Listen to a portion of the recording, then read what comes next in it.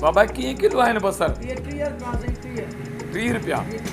सही अग सही लगायो थे यार। बटाला 50 रुपया। हाँ हिंकर किलो हिन मां तोर किलो हिन मां टमाटा बि ॾिस इन्हनि मां बि ॾे भाॼड़ी मिड़ी घर जे लाइ। बावल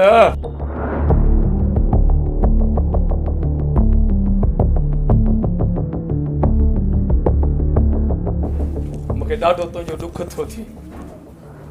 पुटड़ो मरियो थी भाॼी वठां पियो थो हितां 2-3 किलो टमाटरनि जा बसर हे वठी ॾियां त वञी पुट खे ख़त्म हो यार। वरी बि कमदार लीमो तो ते महिरबाना भाॼड़ी वठी ॾियां। तू बि मूं ते चथरूं थो कर। तुंहिंजो हैसियत कहिड़ी आहे?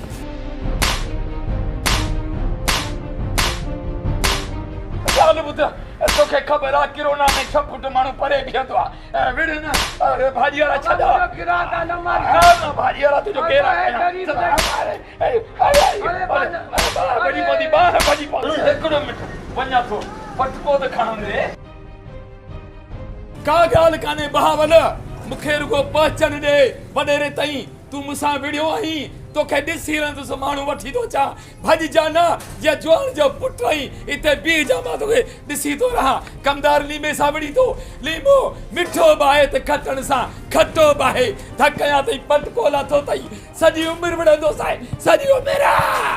वञी ॿुधा पंहिंजे पीउ नवाब खान खे मां हिते बीठो आहियां।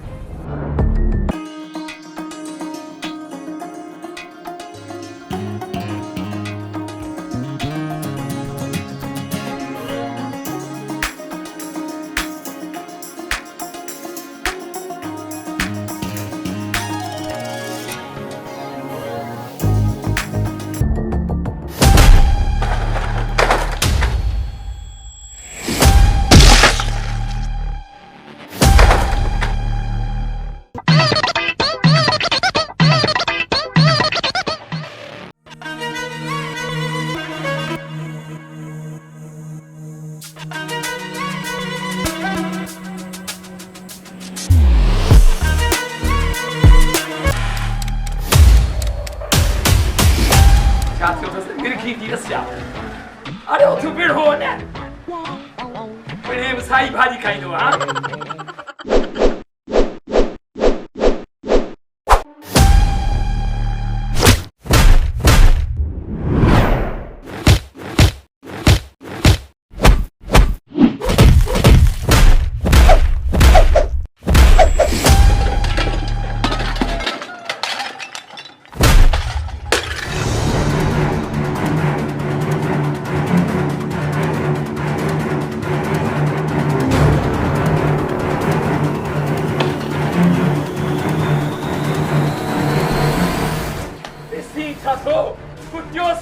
अच्छे तो छोट हण दे दो केरा हण।